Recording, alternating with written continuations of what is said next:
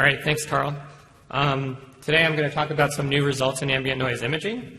I'm going to start with a brief summary of some classic results in ambient noise imaging, and then go into some new work that includes body wave imaging, monitoring of time variations, improvement of theory, looking at multiple component correlations, amplitudes, and then imaging physical processes. Okay, so briefly on the classic results, ambient noise imaging actually has ambient noise correlation imaging has a long history. Previously, there are a lot of interferometric results in the physics community, and I just wanted to point out this one paper by Carl Eckert in the acoustics literature, which happened before the classic work by Keiaki. In 1953, Carl Eckert was able to show that if you have an acoustic field that has some nice properties, you get the correlation function, this thing that he calls psi, that is related to a Green's function in the exact same way that we talk about correlations being related to a Green's function for ambient noise surface waves. The case that he was looking at was actually isotropic waves in a three-dimensional ocean, so it's a little bit different, but the same principle applies. And then much more recently, I think a lot of you are familiar with the recent work by Campillo and Paul, showing that you can do these correlations with coda waves, and then the classic result by Nikolai Shapiro in 2005, where he showed that tomography is possible. And then people went on and looked at time-dependent velocities.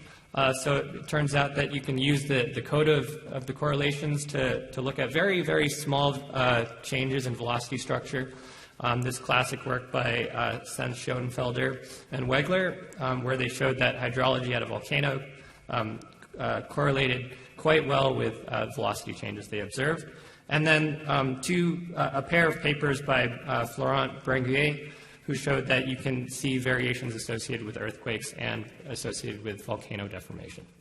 Okay, so that's sort of the background into this field, and then now I'm going to talk more about this new work that's been done in the last couple of years. So in terms of, let's go to start with body wave imaging, it was thought that since most of the noise happening is happening at the surface, that surface waves certainly dominate the noise field. And so initially people tried to do correlations and get body waves out of it, but were initially unsuccessful. All the initial results that were successful were using surface waves. And so the question arose whether noise-based body wave imaging could potentially work.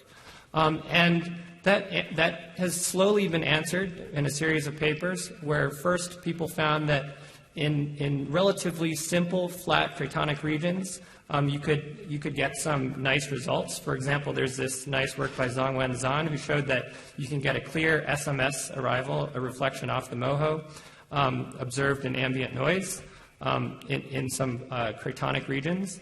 And then later work by Piero Pali, who showed that in another nice cratonic region, you can get, by stacking a whole bunch of data from an array of about 30 to 40 stations, you can get reflections from the deep Earth. So you can get reflections from the 410 discontinuity and reflections from the 660 discontinuity.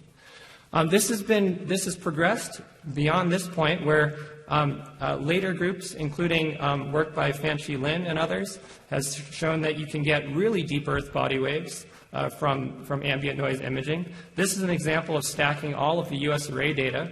And so now we're in a much more complicated tectonic regime, but also stacking a lot more data, where you can see these clear SCS arrivals, so a reflection off the core mantle boundary, and PKIKP2 arrivals, which are a wave that travels all the way through the inner core, reflects off the far side of the Earth, and returns back to the station.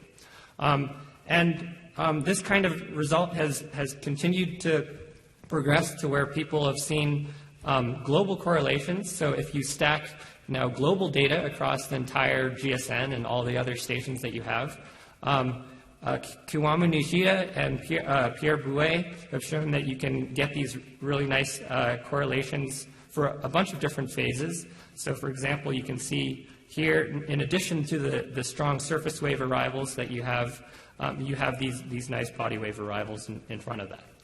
And then later work that Fan Shi and I have worked on has shown that, in fact, you don't really need to stack so much data, particularly in certain cases. So if you have station pairs that are close to antipodal and you target your time windows to take into account the times that we think are contributing the most to these correlations, which I forgot to mention, but we think that at least under certain processing routines, the dominant contribution is from very late earthquake coda. So for coda coming in from 10,000 seconds to maybe 40,000 seconds after an earthquake happens, you have coda that's sort of just bouncing around the earth, and that can be used to do this imaging. And here you can get, just from single station pair correlations, you can get very nice arrivals of different body waves. So you can see these PKIKP, you can see this whole range of other types of body wave arrivals, PCP, PKP, SKKS, SKSP, and all these sort of strange other types of body wave phases. Okay, so that's on the body wave imaging. I'm going to switch now back to the monitoring of time variations. And there's been a lot of improvements in techniques in the time variations where people have been pushing to shorter and shorter time scales and looking at a wider variety of processes. So here's just an example from Celine Hadzio-Anu, who showed that not only can we see these variations at sort of monthly time scales, but now we're going down to daily time scales where variations in structure can actually be seen. So here's a plot of time variations over the course of about 3 weeks. And with improved processing, you can see that at least at a couple-day time scale, you can see variations in here. There's also been a lot of recent results for the Tohoku earthquake. This is just one example of many studies that have been done on time variability of structure in Japan related to the Tohoku earthquake, where, of course, there's a very large change in velocity structure associated with the earthquake. But not only is there this strong change, there's differences. Certain groups have found that there's differences between shallow and deep structure changes and with different timescales. Now, another third application of time variations is to a topic that I think we've been hearing a lot of interesting results about recently, which is about induced seismicity and related to fluid injection with this induced seismicity. And so here's a result from the recent SSA meeting up in Anchorage, where Boon-Hui Lai, who's actually an undergraduate student at Berkeley, showed that there's this very nice correlation in a geothermal area between the pumping rate, which is shown here in green, and time variable velocities in this area, which is shown in this blue curve. And so there's very nice applications to this time variable technique that has been making a lot of progress. Okay, so in addition to these techniques, though, I think we still need to be cognizant of the fact that we need to be careful about the interpretation of these time variable techniques. And in the last couple of years especially, there have been significant improvements that I think will continue in terms of trying to understand what these time variable velocities how these time variable velocities can be interpreted. So here's just one example of a recent result by Ann Oberman, who showed that, in fact, if you think that you're in this diffusion regime, then the velocity structure that you're sensitive to with these correlations is not just the path between the two stations, but it actually includes this sensitivity to structure in a given region, in this region around those stations that can be calculated in a certain way. And then other work, this is work also by Zhongwen Zhan, who showed that in certain cases you also have to be careful about changes in sources. If your ambient noise sources are changing in frequency, there can be an apparent velocity change observed with these with certain techniques when you're looking at these time variations. So this only applies to a certain technique, but here you can see that in the blue colors here are the apparent velocity change as a function of travel time that are inferred if just because of these frequency changes, even if you don't have velocity changes occurring. So I think this is only going to improve as we understand more and more about how source effects and velocity structural effects affect the measurement that's actually being made. Okay, now I'm going to switch to yet another topic about multi-component correlations. For the last few years, people have been very successful in doing vertical-to-vertical correlations. People have also looked at transverse-to-transverse correlations and radial-radial correlations. But you can ask the question, can you make use of these radial-to-vertical correlations beyond just having an extra travel time that you measure with this correlation? And in the last couple of years, a number of groups have shown that yes, indeed, it can be quite useful. Matt Haney has shown in this paper in 2012 that you can have a very nice theory for understanding these radial to vertical correlations, even if you're not in the far field regime. There's also this other work by Zha and Spar-Webb's group, where they show that you can you can understand some things about OBS deployments. In particular, you can correct for some travel times, you can correct for orientations using these RZ correlations. And then this work by Fan-Chi Lin has shown that you can make use of these amplitude ratios, these vertical to horizontal to vertical amplitude ratios of noise correlations to get very shallow velocity structure. So in fact, this map, where you get velocity structure at, this is a map of velocity structure averaged over 0 to 1 kilometers, is only using periods that go down to 8 seconds. And you might think that 8 seconds is far too long of a period to get sensitivity to structure in the top 1 kilometer. But in fact, these H to V kernels have much shallower sensitivities than typical phase velocity kernels, and so you can get much shallower structure. Okay, so now continuing on to, on a related note about amplitudes. So here's using ratios of amplitudes, but in fact you can use just the raw amplitudes of noise correlation measurements to understand or to make measurements of Earth structure. There have been a lot of improvements in the last couple of years on not just the techniques, but on the theories for understanding what the amplitudes actually mean. So this is a recent paper that was just published a few weeks ago, I think, actually maybe a month ago, where they show that, in fact, the sort of naive interpretation in terms of just a Green's function of these noise correlations, which is given by this dashed orange curve as a function of, this is amplitudes as a function of distance, is not what you actually get when you do a simulation of these amplitudes and you go through the process of measuring these correlations. But in fact, you can understand these simulation results, which are this blue curve, in terms of an effect of non-constant velocity structure. And so you can correct for these effects, and if you want to make measurements of, for example, you want to make measurements of attenuation, it would be very important to account for these types of effects so that you're not mapping the effects of non-constant velocity structure into attenuation structure.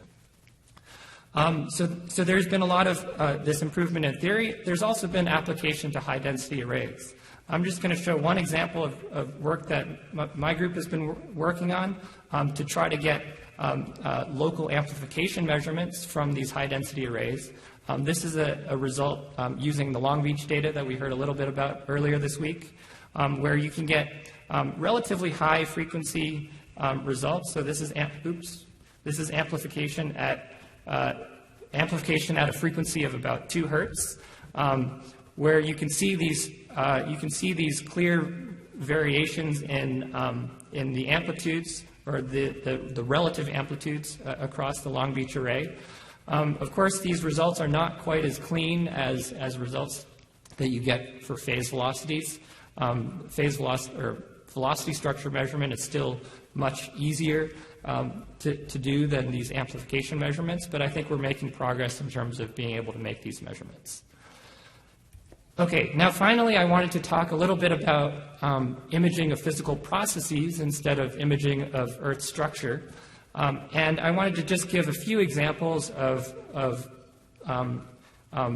places where we can apply ambient or imaging of some type to understand these interesting processes. So the first, I'm going to talk about this result about landslides and debris flows. So there's some recent work published by Kate Allstat who showed that you have these nice measurements of landslides where although you can't make use, or at least currently we can't make use of the high frequency component, you can invert the low frequency component of these waveforms to obtain a rather complicated force history of how the landslide progressed in time. And here you can see a comparison of the data with the synthetics produced by the model. In addition to this landslide work, my group has been working a little bit on trying to understand rivers.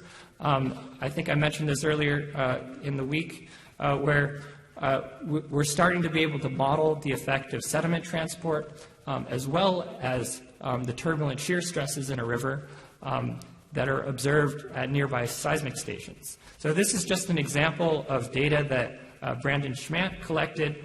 This is power as a function of frequency, and the different colors denote different times of the flood. So the blue colors were at low stage, green is higher, and red is higher.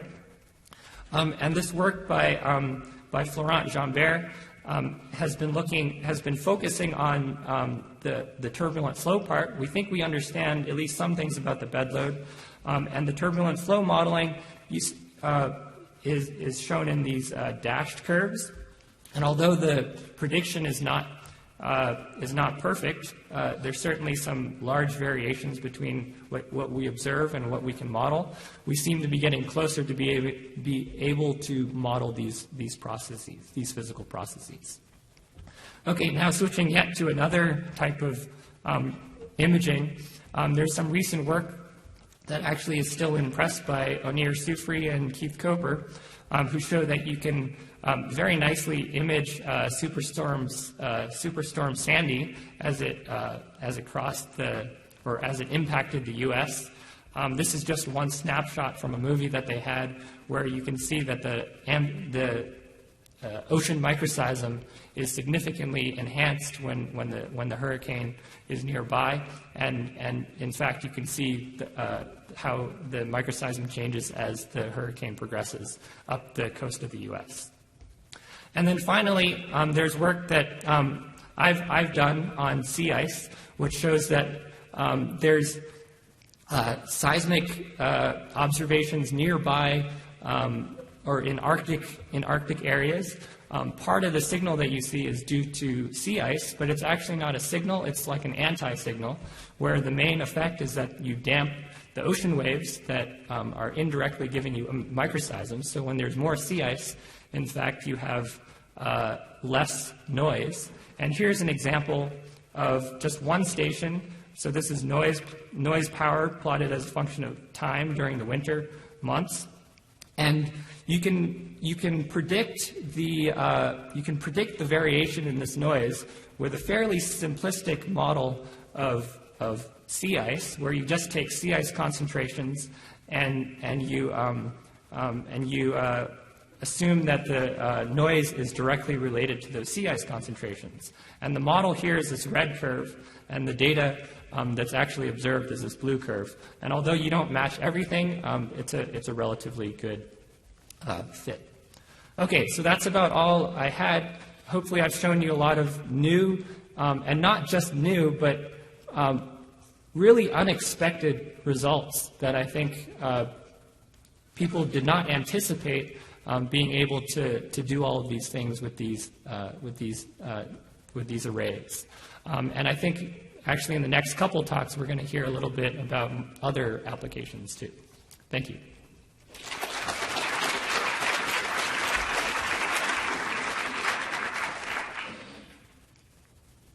Questions for Victor?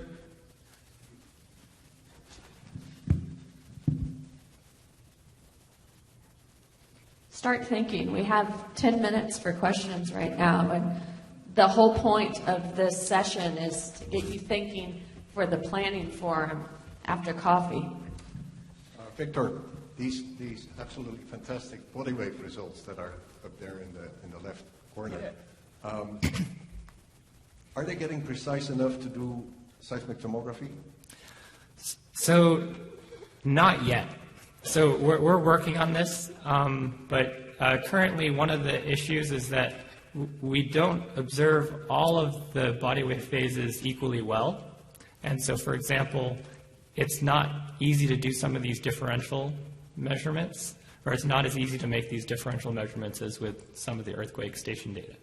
But this is a problem that we're working on right now. Yeah. For the fluvial study, your results from the turbulence modeling resulted in incredibly smooth power spectra, where the spectra, in fact, have quite a lot of structural peaks, spectral peaks, which had previously been interpreted as specific processes. True.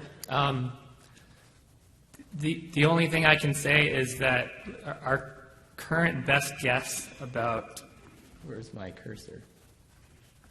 My current best guess about this peak here is that it's actually a side effect. It's either that or there's some external noise source that's maybe not related to the river.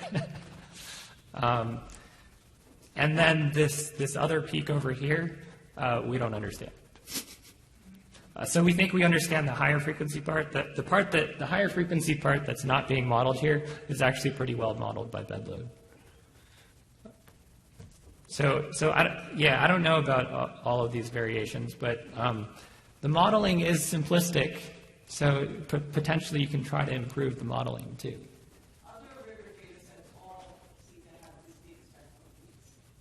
In the same places? Okay. Well, maybe there's some understanding that we need to improve.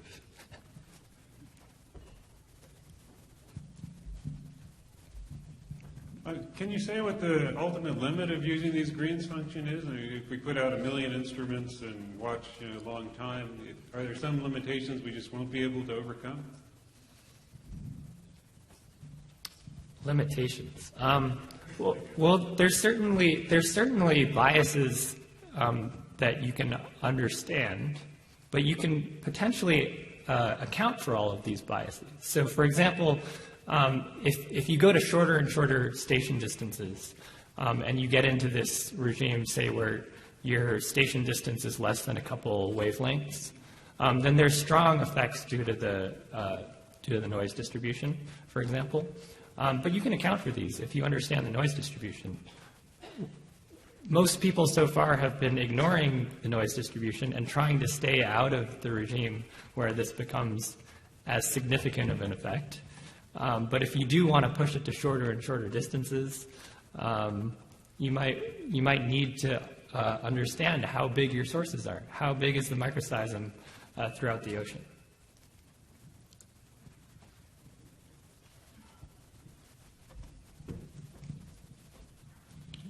So I'm interested in signal to noise. So the transportable array, people spend a lot of time analyzing that and decide if they have a good station or a bad station, and they spend a lot of money to try to improve the signal to noise. I'm going to grossly oversimplify your case here, but it sounds like you're saying noise is better than signal.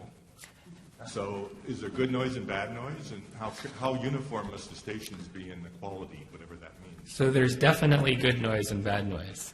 There's some recent work that we've done in Antarctica where we tried to do these noise correlations, and they're much, much worse because you have a lot more inelastic noise. So it's probably poor coupling, poorly installed or not as well installed stations, say as TA stations, where you can't get around. If you don't have elastic waves propagating, you're not going to get good correlations. And so you still need good installations. One question I have, from a lot of the examples you showed, you're showing station spacings at two very different scales, the sort of 70-kilometer scale for the TA array, I'm assuming sort of meters almost in Long Beach. 100 meter. 100 meters in Long Beach. But also I'm thinking about, so they're actually 100 meters? Approximately. Approximately? Yeah. And there would work, you can actually use your standard 24-channel refraction unit and record ambient noise and do surface wave dispersion, right? John Lewis technique. Mm-hmm. Do you see that there's, I guess there's still some intermediate, maybe sort of kilometer scales. Has anyone yet done anything where you're looking at kilometer scale, something in between Long Beach and US array? Does it seem to work at all spatial scales, I guess? Yeah, Can you use it does. Yeah, so there have been plenty of applications at sort of regional scales, say, for example, Southern California network scaled, and it works perfectly fine. The range of frequencies is different, and so you sort of need to be in this right range of frequencies and length of deployment, but yeah, over the whole range of scales. So yeah, the scale that I didn't talk about was the meter scale, where in fact with relatively high frequencies and very short deployments of only less than an hour, you can get beautiful results at the meter scale. But there's a whole range.